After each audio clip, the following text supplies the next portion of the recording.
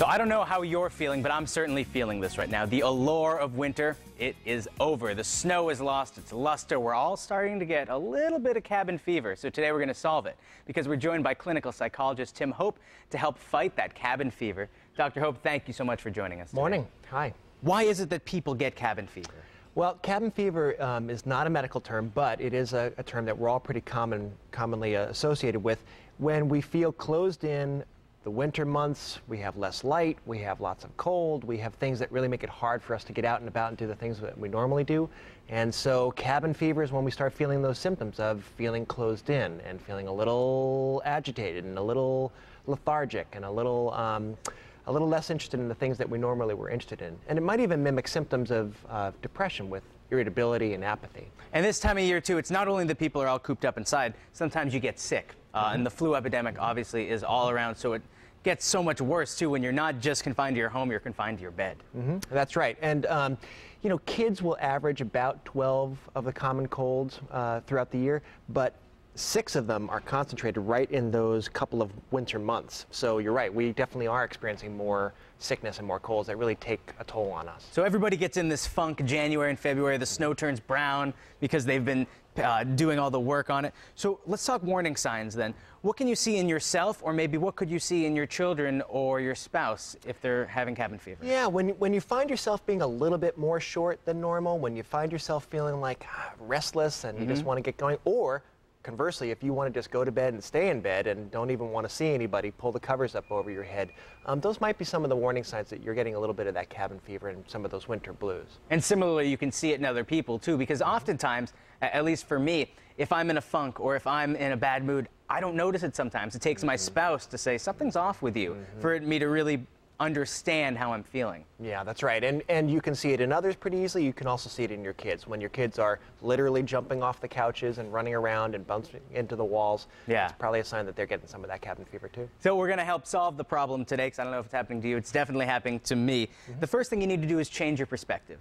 Yeah, so part of it is just trying to help you shift your mindset from it's tough to get all geared up and get out there. Well, try putting in that effort. Once you do get yourself geared up and you get all the gear on, you get all the gear on the kids, you have a blast outside. You're throwing snowballs, you're building snow forts, or you're just enjoying the beauty of nature outside. Yeah, you need to learn to appreciate what's around you, because if you don't, you're going to be in a world of depression come February time. Right. Now, the next one's kind of on the same vein. It's finding a hobby.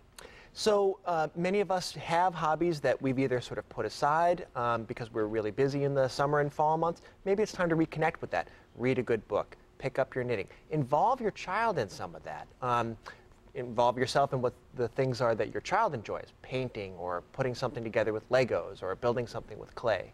And those kind of hobbies can really, you know, sort of take you through and really get you engrossed in activities that are productive. And I think, Dr. Hope, because we have 3 months of the year that we can be outside and sociable, we develop our habits around those times of year and our hobbies around those times of year. So maybe we pick up a wintertime hobby just to keep us going, because we're going to go nuts if we're inside. Next tip, find some friends. Right, so invite a friend over for yourself. Invite a friend over for your child. Maybe you're going to get your child invited over to someone else. And sometimes that bit of fresh energy can really help change the whole mood and change the whole experience. And the next tip, which I love, is take a trip. Get out of here.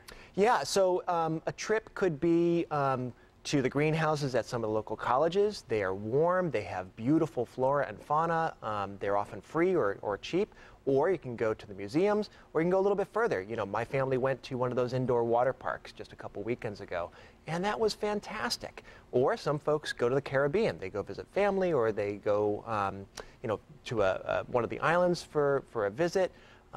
Or you can take a drive down to south. So there really are a number of ways that you can easily do within any of your budgets that can really give you a change in experience. It doesn't have to be expensive. As you were saying earlier, it's all about changing that perspective and becoming active in snapping yourself out of that funk.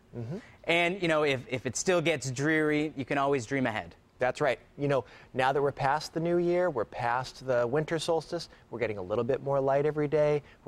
Every day, we're just that one more day closer to springtime. It's coming. Exactly. So we can take comfort in that. And lastly, real quick, if people are experiencing these things at home and they're maybe trying things on this list and they don't feel better, what's the next step? Sure. So talk to your doctor.